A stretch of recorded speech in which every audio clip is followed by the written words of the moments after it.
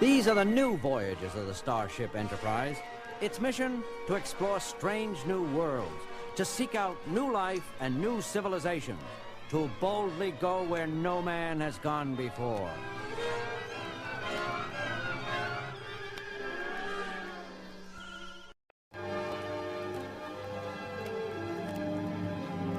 Stardate 95.801. The Starship Enterprise has entered the Pilar solar system, a warm, comfortable realm with 12 planets revolving around a medium-sized yellow sun. Our mission is to check the colonists of Perinda 4, a new Federation-settled planet. According to Starbase's last report, the world is one of the richest, lushest, most peaceful settlements in the known universe. Mr. Spock, what's wrong? What is going on? A Code 1 distress signal from the garden planet of Perinda 4, Captain. According to my sensors and calculations, they are on a collision course with an entire fleet of space debris. What? Meteors, Captain. A whole peck of them, all heading for the capital colony of Perinda City. Mr. Sulu, please phase out the alarm signal. Mr. Spock, is this a natural occurrence? Perinda 4 lies just inside an unusually busy space debris zone.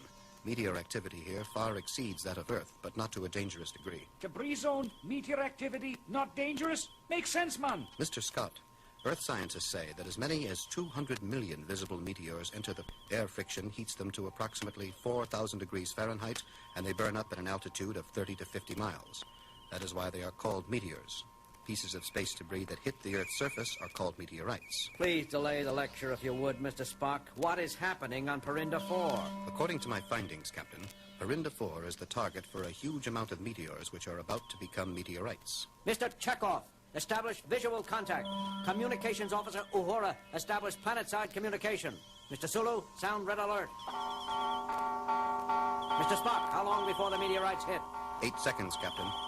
6, 5, 4, 3, 2.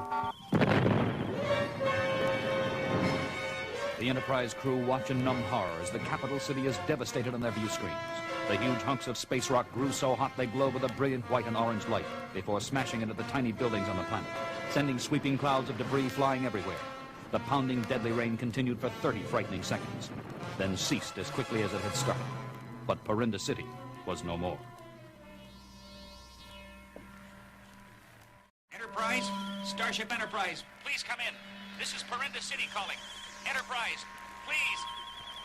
The meteors nearly destroyed the planet's communication antenna. I'm losing the signal. Perinda 4, this is James T. Kirk of the Starship Enterprise. Are you all right? What happened? Where are you? Madman, threat, destroyed the city in underground shell.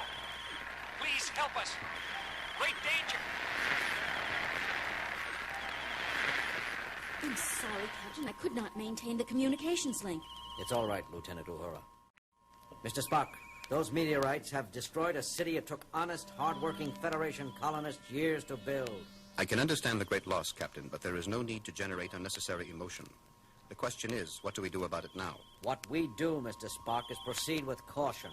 The message said something about a madman and a threat. Captain, you can't mean to say we're just going to sit here and do nothing? Indeed not, Engineer. But it will do no one any good to rush off into a possible trap. Scotty, you monitor us with the Enterprise's sensors. Sulu, Chekhov, keep the phaser banks and photon torpedoes armed and ready. Uhura, you lock the ship's beams with my communicator. Mr. Spock, you come with me to the transporter room. We're beaming down to Perinda 4. The sight that assailed Captain Kirk's eyes when he and his first mate materialized on the planet filled his heart with sorrow. The once proud, once beautiful capital city lay about their feet in dust and rubble. Even as they watched the mournful winds creating dark piles of dirt everywhere, the dazed Perinda populace started stumbling out of their underground shelters. Jim, thank heaven you're here. Tulin Yorker. How did this happen? As Federation-appointed governor of the settlement, I knew there would be troubles, but not this. Try to keep your emotions in check, Governor Yorker. Do you know why these exceptionally large meteorites struck so exactly? A madman threatened us with complete destruction unless we evacuated this planet. But that's absurd. How could anything, let alone one man, control a massive group of meteors and cause them to strike at one place at one time? I don't know, I tell you. All I know is that starting just a few weeks ago, we received the first of many threats over our communicators. Threats to leave this planet forever, or die. I don't like it. The captain and Mr. Spock on the planet alone. It could mean trouble. I'll tell you that, Doctor. Now, don't worry, Scotty. Our phasers are locked on target. The transporter room is tracking their every move, and Lieutenant Uhura is in constant communications. Aye, I know all that, Doctor, but it doesn't set my mind at ease. Lieutenant Uhura, any message yet? There is a signal coming in, Mr. Scott. The captain? No, sir. As amazing as this may seem, the signal is coming from the middle of a meteor swarm outside the planet's atmosphere. But that can't be. Rocks can't talk. I'm sorry, Mr. Scott, but that is what my readings say. Establish contact, Lieutenant. Let's see what this rock has to say. And leave your orbit around Verinda 4 or risk total destruction. I will not warn you again. This is not a joke. You must leave this area of space and never come back, or else you will all be dashed into a million pieces. You hear me? This is your only warning. Leave or die. Dr. McCoy, quickly, take the command chair. Lieutenant Uhura, pinpoint the source of this message. Scotty, where are you going? My good doctor, I do believe we stumbled on the true cause of the Verinda 4 attack. If we can just trace the signal, we'll know where to find the men responsible for all the destruction. But, Mr. Scott, my equipment is not sophisticated enough to trace the cause. Aye, I know, woman, but I know where there's some equipment that is. Where, Scotty, where? In my engineering room, Doctor. I'm going there as fast as the ship's elevator can take me. Sit tight, my fellows. I'm going to find out who's behind this meteor attack. Able engineer was as good as his word. Within minutes of entering his incredibly complex engineering section, filled with the most advanced machinery the universe had ever seen, the madman's signal was traced. As soon as they were given the news, Captain Kirk and Mr. Spock joined their Scottish friend on board an Enterprise shuttlecraft, quickly heading for the source of the threats. Their destination, a huge meteor in the center of the huge meteor swarm, just outside Verinda 4's atmosphere. You mean to say that a maniac has been able to guide swarms of meteors like trained pets, and he lives on a meteor himself? Not on a meteor, Captain. In a meteor. Aye, Captain. I discovered that the signal came from under this gigantic meteor surface. He must have hollowed it out somehow and set up an orbit in Homestead. Orbiting? Yes, Captain. Meteors, as you know, travel in circular orbits around the sun like planets do. To make them leave their path would take incredible power. Scotty, could you tell if there is any advanced machinery inside the meteor along with this madman? Ah, no, Captain. The meteors are made up of many minerals mixed with iron, copper, and sulfur. I couldn't tell what was inside the meteor and what was just rock. Very well, Mr. Scott, but please pay a little more attention to the shuttle's flying controls. One mistake and we will be smashed into dust. Now, don't you go worrying, Mr. Spock. I was flying these little darlings when you were but a wee lad. No meteor will ever get the best of Montgomery, Scott. Once more, the noble engineer proved more than able.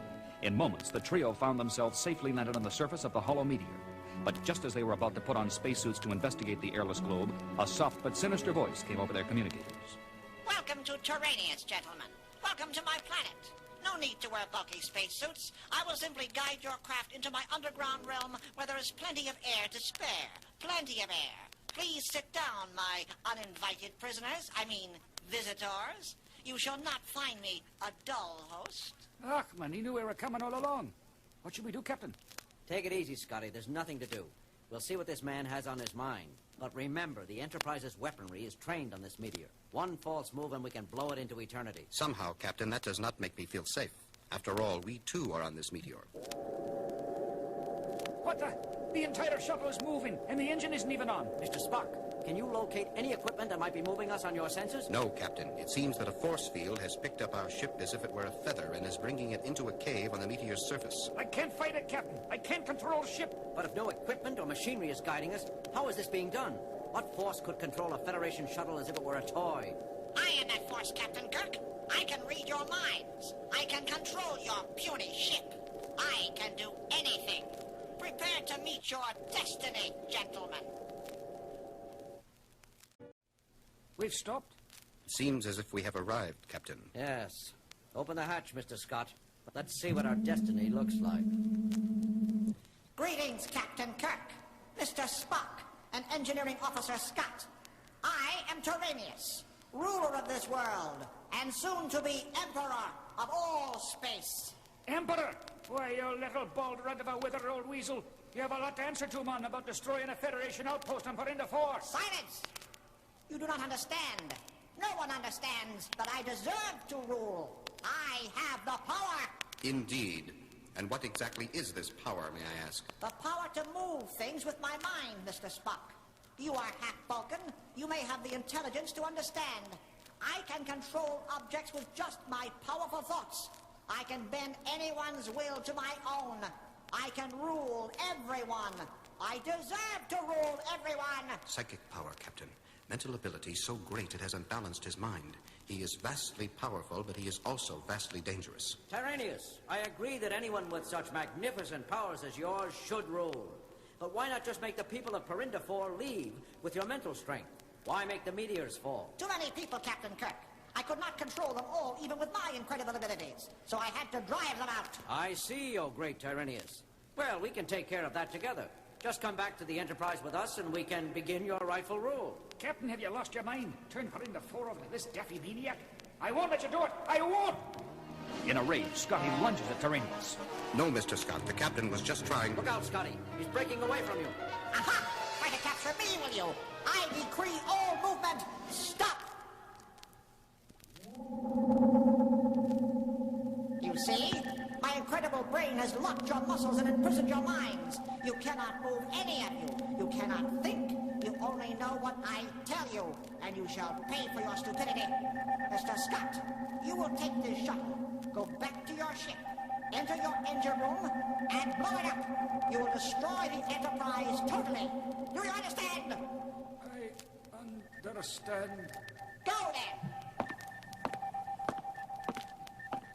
Now, Captain Kirk and Mr. Spock, my motionless friends, what shall I do with you?